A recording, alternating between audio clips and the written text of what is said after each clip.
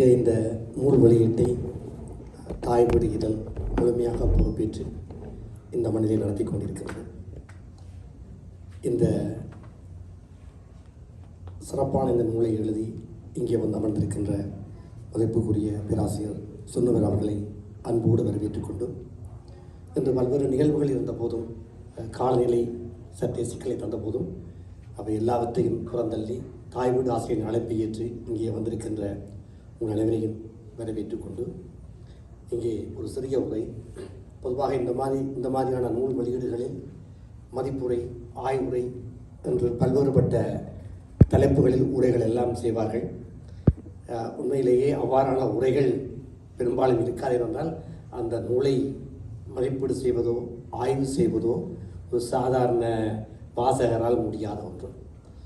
ஒன்றுக்கு ஒரு 3-4 தடவை அந்த நூலை வாசித்தால்தான் அதனுடைய ஆழ அகலத்தில் ஒரு 20% தொட முடியும். அந்த அளவுக்கு மிக ஆழமாக எழுதப்பட்டிருக்கின்ற நூல் அது.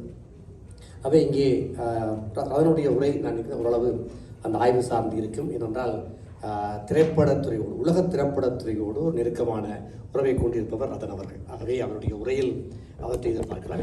என்னுடைய உரை என்பது ஒரு பொதுவானதாகத்தான் அமைப்பு. தாய்மொழி இதழ் உங்களுக்கு தெரியும், கடவுளை 16-17 ஆண்டுகளாக ஒரு நல்ல இலக்கியம் சார்ந்த சிறந்த ஒரு இதழாக வெளிவந்து கொண்டிருக்கிறது. இதழாக அது வெளிவருகின்ற போதும் கனடா கடந்து தாயகத்தில், தமிழகத்தில் நல்ல செல்வாக்குள்ள இதழாக தாய்மொழி இதழ் இருக்கிறது. தாய்மொழி இதழ் தொடர்ச்சியாக திரைப்படம் சார்ந்த கட்டுரைகளுக்கு, திரைப்படம் சார்ந்த முயற்சிகளுக்கு தன்னால் முடிந்த அளவு பங்களிப்பை, ஆதரவை, ஊக்கத்தை வழங்கி வருகின்ற இதழ் என்பது உங்களுக்கு தெரியும். தாய்மொழி தனியாக ஒரு அச்சு இதழாக மட்டுமல்லாமல் இவ்வாறான வெளியீடுகள் சார்ந்த நாடகம், திரைப்படம் சார்ந்த வாய்ப்பு கிடைக்கின்ற துறைகளிலெல்லாம் தன்னுடைய பங்களிப்பை செய்து ஊக்கம் கொடுப்பது வழக்கம். அந்த வகையில் இங்கே பல்வேறு குறும்பட விழாக்களை நடத்தி பரிசுகள் வழங்குகின்ற நிகழ்வு எல்லாவற்றையும் தாய்மொழி முன்னின்று நடத்தி இருக்கிறது. திரைப்படம் சார்ந்த கட்டுரைகள், திரைப்படம் சார்ந்த கட்டுரைகள், அது சார்ந்த பல்வேறு தகவல்கள் ஓரளவுக்கு தொடர்ச்சியாக அதிகம் வந்த தமிழ் இதழ் என்று கேட்டால் தாய்மொழி என்றுதான் சொல்ல வேண்டும். அந்த அளவுக்கு திரைப்படம் சார்ந்த கட்டுரைகளை கணிசமான அளவு வெளியிட்ட இதழ் தாய்மொழி. அந்த வகையில் தான் திரு சொன்னவேல் அவர்கள் தொடர்ச்சியாக தாய்மொழியில் எழுதி வருகின்றவர். இதில் இடம்பெற்ற கட்டுரைகள் பல தாய்மொழியில் வரவில்லை என்றாலும் கூட எல்லாவற்றையும் தொகுத்து தாய்வீடு முன்னின்று இதை ஒரு நூலாக்கி இங்கே உங்கள் முன்னால் கொண்டு வந்திருக்கிறது. இந்த நூலாக்கத்தின் பின்னணியில் அவர் எழுதியவர் என்றால் அதனை வடிவமைத்து அச்சிட்டவர்கள் இருக்கிறார்கள். அவை எல்லோருக்கும் நாங்கள் நன்றியை குறிக்கொள்ள வேண்டும். குறிப்பாக இங்கே தாய்மொழி இதழ்கள், நான் என்னுடைய புத்தகங்கள் எழுதினால் கூட எங்களுக்கு எல்லாம் ஒரு ஆஸ்தான அச்சயக்காரர் தமிழ்நாட்டிலே இருக்கிறார். அவருடைய பெருந்தை விவேகானந்தர். அவருடைய பணியில் இந்த நூல் சிறப்பாக அச்சிடப்பட்டு இங்கே வந்திருக்கிறது. இந்த நூல் சார்ந்து இந்த வெளியீட்டிலே, இந்த ஆக்கத்திலே பங்கெடுத்த அனைவருக்கும் இந்த பொழுதில் தாய்மொழி சார்ந்து நன்றியை கூற வேண்டும். இப்போ இந்த நூல் பற்றி, அதாவது இந்த நுனிப்புல் என்று சொல்வார்களே, நுனிப்புள்ளில் பாதி நுனிப்புள் தான் நான் வைந்திருக்கிறேன். அதை பற்றி ஆழமாக பேசுகின்ற அளவுக்கெல்லாம் எனக்கு பேரறிவெல்லாம் கிடையாது. நாங்கள் எல்லாம் சிவாஜி, எம்ஜிஆர், ரஜினி, விஜய், கமல் என்று இருக்கிற ரசிகர் வட்டத்துக்குள்ள நாங்களும் வருவோம். ஆனால் இந்த நூலை பார்க்கிற போது மிகுந்த ஆச்சரியமாக இருக்கிறது. இந்த முதல் மூவர் என்கின்ற போது எங்களை பொறுத்த வரைக்கும் தேவார மூவர் தான் ஞாபகத்துக்கு வரும் இல்லையா? அப்படித்தான் நாங்கள் படித்திருக்கிறோம். ஆனால் இந்த முதல் மூவர் என்று இந்த நூலை பார்க்க கிடைத்த போது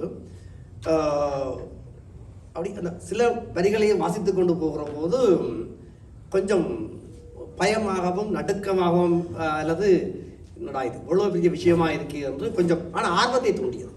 அடுத்தடுத்த பக்கங்களுக்கு போகணுன்ற ஆர்வத்தை தூண்டியது. யார் இந்த மூவர் என்று தேடுகிற போது ஒவ்வொருவராக அதிகமாக பார்க்கவில்லை. ஒவ்வொருவராக பார்த்தபோது இந்த 3 பேர் நீண்ட கால, அதாவது ஒரு 50-60 ஆண்டுகளுக்கு முன்பான திரைப்படத்துறையிலே பங்காற்றியவர்கள் என்ற போதும் இந்த மூவரும் ஒரு திரைப்பட கலைஞர், திரைப்பட படைப்பாளர் என்பதற்கு முன்பாக என்னுடைய அறிவுக்கு ஒரு கோட்பாட்டாளராக, சித்தாந்தவாதியாக, ஒரு வேதாந்தியாக இவருடைய கோட்பாடுகளை இவர் குறிப்பிடுகிறார்.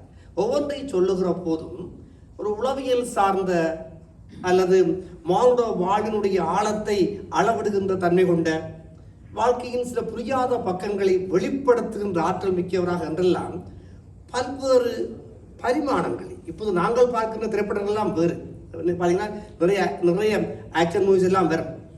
அதெல்லாம் முற்றுமுழுதாக வேறானது.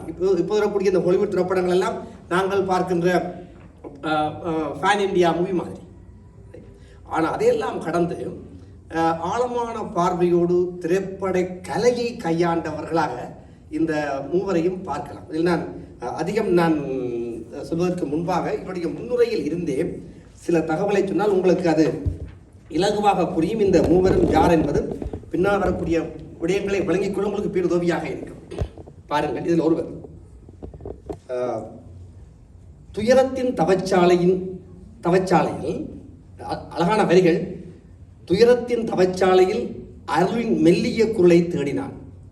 கரங்களின் அசைவிலும் பொருள்களின் இருப்பிலும் மௌனத்தின் மொழியிலும் அவன் ஆன்மாவை செதுக்கினான்.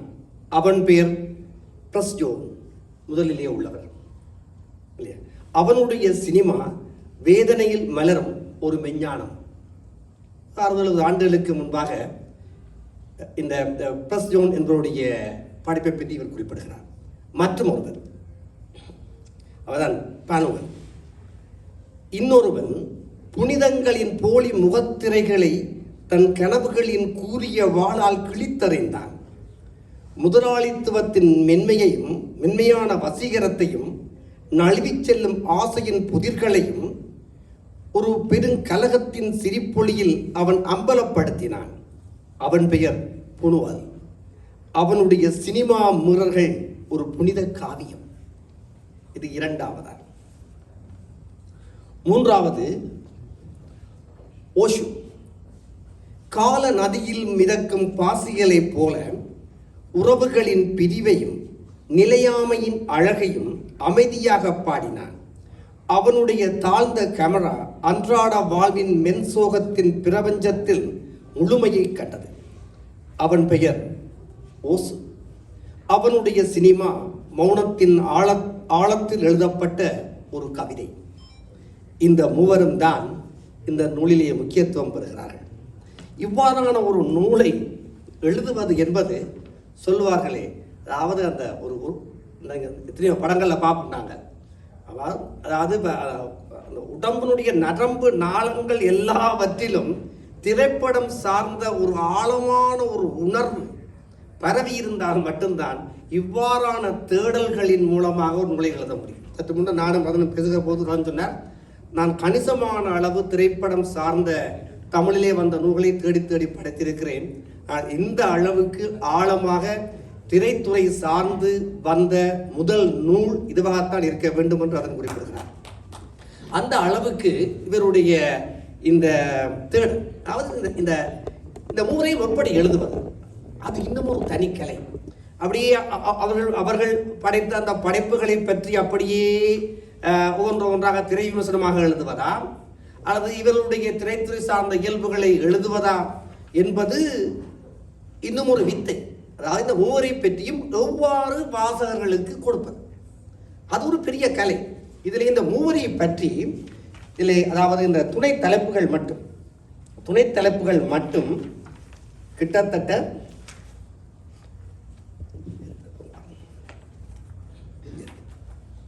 அந்த பொருளடக்கம் மட்டும் கிட்டத்தட்ட நான் நினைக்கிறேன் ஒரு 150 அல்லது 200 தலைப்புகள், கிட்டத்தட்ட 150-200 தலைப்புகளின் கீழ் துணை தலைப்புகள் இட்டு ஒவ்வொரையும் மூன்றாக பிரித்து மூவருக்கும் கிட்டத்தட்ட 60-70 துணை தலைப்புகளின் கீழ் அதில் ஒவ்வொருவருடைய வெளிப்பாடு, இந்த உணர்வுகளை, இந்த மனிதனுடைய வாழ்வினுடைய ஆழங்களை, சுகங்களை பல்வேறு தலைப்புகளின் கீழ் அப்படி அக்குவறு ஆணிவராக ஒவ்வொருடைய படைப்பினூடாகவும் அதை வெளிக்கொண்டு வந்திருக்கின்றார். அதற்காக அவர் கையாண்ட மொழி நடையிலேயும் கவித்துவம் இருக்கிறது. நான் ஏற்கனவே உங்களுக்கு வாசித்து காட்டினேன் பாருங்கள். அது போன்ற ஒரு கவித்துவத்தை கூட மொழி நடையிலே காணலாம். இவ்வாறாக இந்த மூவரை பற்றியும் எழுதுகிறார்கள். உங்களுக்கு தெரியுமா, இந்தியாவிலே ஆஸ்கார் விருது பெற்ற ஒரு இயக்குனர் சத்யஜித் ரே, வங்காள மொழியிலே வந்த திரைப்படம் ஒரு 60-70 ஆண்டுகளுக்கு முன்பாக சத்யஜித் ரே, மிர்னால் சென் என்ற இருவரும் உலக புகழ் பெற்ற இயக்குனர். இப்போ இவர்களை பற்றி இந்த நூலிலேயே பார்க்கிற போது ஒரு எண்ணம் வருகிறது, அந்த இருவரையும் பாதித்தவர்களாக இவர்கள் இருக்கக்கூடும். இந்த மூவரும் அவர்களை பாதித்திருக்கலாம். இல்லையென்றால் கருப்பு வெள்ளை காலத்திலே, அந்த காலத்திலே ஆஸ்கார் விருதுவாகக்கூடிய அளவு ஒரு உயர்ந்த தரத்திலே ஒரு திரைப்படத்தை எடுப்பதற்கு சத்யஜித்ரால் முடியும் என்றால் என்னுடைய நான் யோசிக்கிறேன், அப்படி இவருடைய பாதிப்பு அவருக்கு இருந்திருக்கலாம். ஏன்னா அதற்கு பின்னால் அவ்வாறான படங்கள் மிக குறைவு வருவது எல்லாம் வணிகமாகிவிட்டது. இதெல்லாம் திரைப்படம் வணிகமாகாத சூழலில் கலைக்காகவே என்று வாழ்ந்த பொழுதுகளில் நிறைய சமூக சிக்கல்கள் நிறைந்த ஒரு சமுதாயத்தில் இருந்து கொண்டு அந்த சமூக சிக்கல்களை அழகுற திரைமொழியில் வெளிப்படுத்தியவர்களாக இந்த மூவரையும் பார்க்கலாம். அந்த அளவுக்கு நிறைய விஷயங்களை இதிலே வாசிக்கவும் கடந்து கொள்வீர்கள். இதில் நல்ல ஆழமான வாசனை உள்ளவர்கள், உங்களுக்குள் நல்ல ஆழமான வாசிப்புத்திறன் கொண்டவர்களுக்கு இந்த நூல் மிகச்சிறந்த விருந்தாக அமையும். பல புதிய பக்கங்களை உங்களுக்கு திறக்கும். ஒரு 60-70 ஆண்டுகளுக்கு முன்பாக திரைக்கலையை எவ்வாறு கலைக்காகவே என்ற கோட்பாட்டோடு மானுடத்தினுடைய உண்மையை வெளிப்படுத்துகிற நோக்கோடு இயங்கிய படைப்பாளருடைய உண்மை நிலையை நீங்கள் இதிலேயே அறிந்து கொள்ள முடியும். இல்லை, இன்னும் ஒன்றை பார்க்கலாம். இந்த படைப்பாளர்கள் எந்த கட்டத்திலும் வணிகத்திற்கு, வியாபாரத்திற்கு, பணம் சம்பாதிப்பதற்கு உடன்பட்டவர்களாக, அந்த வணிக நிலையோடு தங்களை சமரசம் செய்து கொண்டவர்களாக இல்லை. நாங்கள் இப்படித்தான் எழுதுவோம், இப்படித்தான் படைப்பை உருவாக்குவோம், விரும்பினால் பாருங்கள், இல்லையென்றால் விடுங்கள் என்ற கோட்பாட்டோடு இருந்ததாகவே எனக்கு தெரிகிறது. அவை இந்த நூல் இங்கே நீங்கள் வாசிப்பிலே ஆர்வம் உள்ளவர்கள், குறிப்பாக உலக திரை சார்ந்து, உலக திரைப்பட கலை சார்ந்து அறிய ஆர்வம் உள்ளவர்களுக்கு இந்த நூல் மிகச்சிறந்த பொக்கிஷமாக அமையும். இப்போது வரக்கூடிய இலங்கையிலே, தாயகத்திலே நிறைய பேர் நல்ல அழகான குறும்படங்கள் எல்லாம் உருவாக்குகிறார்கள். கனடாவிலும் பலர் இருக்கிறார்கள், இங்கே கௌதமன் எல்லாம் இருக்கிறார். இந்த குறும்பட துறை சார்ந்தவர்களுக்கு இது அருமையான கையேடு. ஒரு படைப்பை எப்படி உருவாக்க வேண்டும் என்பதை இந்த 3 ஆசான்களும் மிக அழகாக கற்பிப்பார்கள். அதை அந்த அளவுக்கு நேர்த்தியாக பேராசிரியர் எழுதியிருக்கிறார். அதான் நான் சொன்னேன், இந்த மூவரை பற்றி நாங்கள் உணர்வது என்பது வேறு, அறிவது என்பது வேறு. அதை வாசகருக்கு விளங்குகிற நடையில் அவர்களை ஈர்க்கின்ற வகையிலே அதை கொடுப்பது என்பதுதான் ஒரு எழுத்தானுடைய மிகப்பெரிய எழுத்தியல் யுக்தி. அதை இந்த நூலிலே பார்க்கலாம். கவிதை நடையிலே சின்னஞ்சின்னாக பிரித்து மிக அழகாக கொடுத்திருக்கின்றார். இப்போ என்னுடைய அறிவுக்கு அவ்வளோதான் பேச முடியும். யாராவது இந்த நூலை நீங்கள் ஆழமாக பார்த்தால் இதை விட இன்னும் புதிய விடயங்களை கண்டுகொள்வீர்கள். அதனுடைய உரைகளை இன்னும் ஆழமாக பார்க்கலாம். நான் நினைக்கிறேன் பேராசிரியருடைய படைப்புகளுக்குள் இதுதான் அதி உச்ச படைப்பாக, மிகச்சிறந்த படைப்பாக இருக்கும் என்று நான் கருதுகிறேன். இவ்வாறான ஒரு சிறந்த படைப்பை நீங்கள் தமிழ் உலகு கொடுத்ததற்கு தாய்வீடு சார்பிலே உங்களுக்கு என்னுடைய உளமார்ந்த நன்றியை தெரிவித்துக் கொள்கின்றேன். இந்த நூலை பொருட்படுத்த வருகின்ற தாய்வீட்டுக்கும் உங்களுடைய உளமார்ந்த நன்றி.